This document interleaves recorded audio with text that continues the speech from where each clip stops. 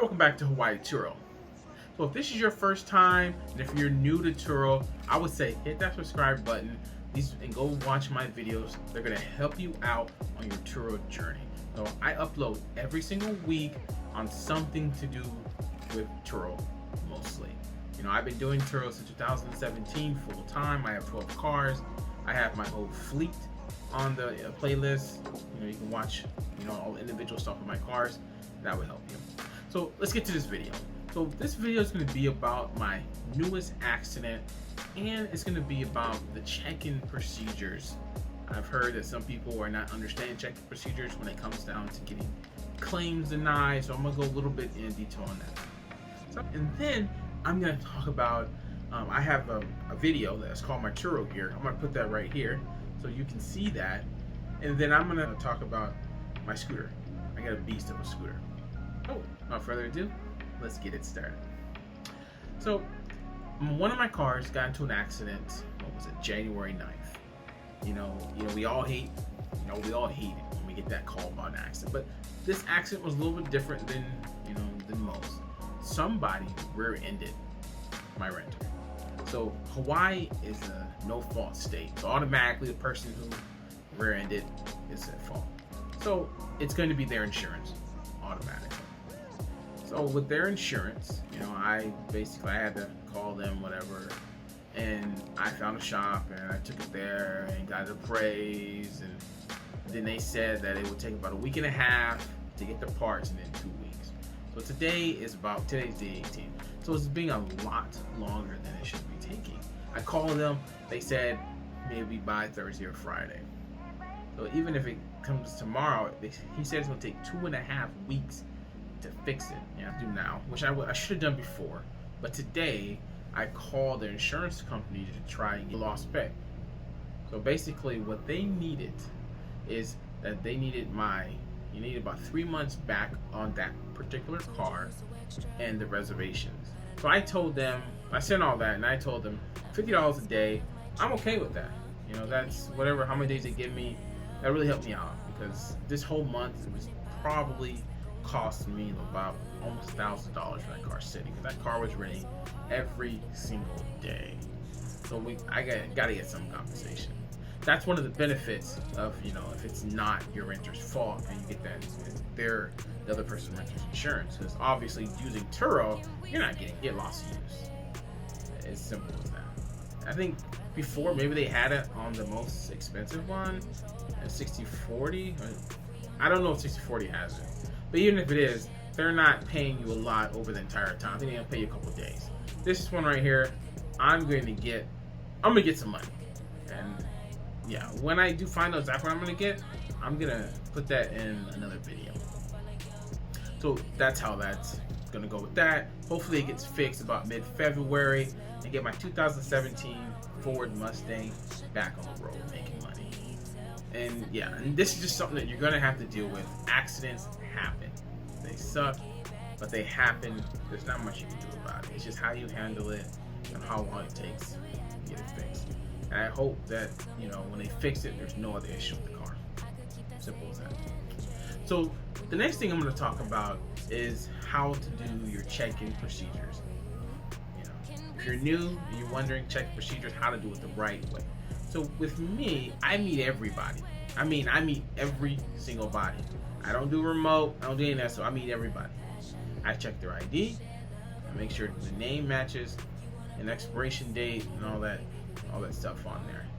And also, I tell them to do the check-in procedures. Most do, some don't, but I do recommend that they do it.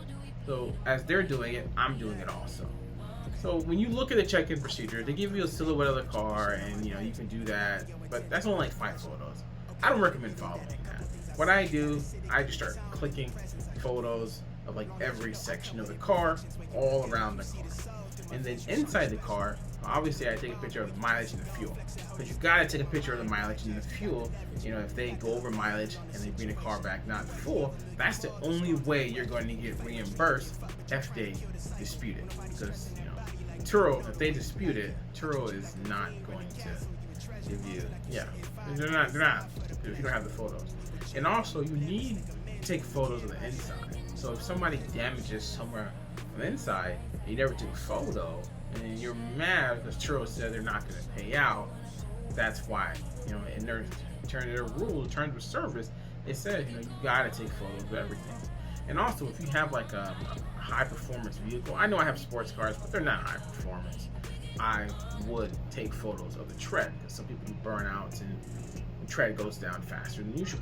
That's something I would do. One, I wouldn't even probably rent those kind of cars anyway, but if you do, I would say definitely take a picture of the tread. I mean, even more, maybe take pictures of almost like underneath the car, or somewhere underneath it you can see, like, the scratch in the bottom on the curves and stuff. So definitely take those photos. I mean, that's something big. But one more thing, actually, I'm going to add here with the tires, with the reimbursements. See, when a tire gets flat, right? If a tire gets flat, who's at fault? Who do you think? Is it the renter or is it you? See, that's kind of a big thing. So with Turo, how they do it, who's at fault is that when it's out being rented, it is their fault. But if it's, if it comes back, or at least I believe on the 85% plan, if it comes back and the tire is an error, and let's say it needs to be replaced, I would be on the hook to replace that. Does that sound fair? Maybe not, but that's how it is. I don't know how it is on the 60/40 plan. That might be a little different. Maybe when it comes back, but then you would have to. Actually, I don't think so. I think either way, the tire, if it comes back, like it's in your possession, the car, I believe that's on you to fix the tire. But I could be wrong. I'm not 100%. I know 85% plan definitely. That's what I'm used to. But on the 60/40, I don't know. I'm not 100% sure on that. I would say read up on the Turo term of service. But the last thing, if you watched my Turo gear, I posted it about a couple months ago. I'm gonna put it up there so you can see it again. But I got a scooter to help me get around. That was something that saved me a lot of money. All the delivery fees, just moving my cars from here to there. It made it so much easier. Ubers are way too expensive, and the bike wasn't really working out for me. So that scooter, it was getting old fast. I was using it a lot, and the top speed was going down to like 13 miles an hour. So I got this stuff of a scooter. It can get up to like 26 miles an hour and go to 20 miles. So I would go. I've been to the airport like multiple times. The airport from where I'm at, in Waikiki, is about 9 miles away. It takes me about 45 minutes to get there. I know, crazy. I'd be on the road too sometimes. It all depends. Usually I'm on the sidewalk. But at nighttime, I have delivered a car over there like midnight, and I definitely, took it back.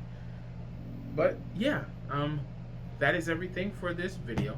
Well, I would say stay tuned for next week's video. Next week's video is going to be my Turo stat for January. So far this month, I'm doing pretty good. In the last video I said I need to do between 12 and 15. I'm getting pretty close to the bottom of that. But this last week is getting really, really slow. So I don't know where I'm going to finish.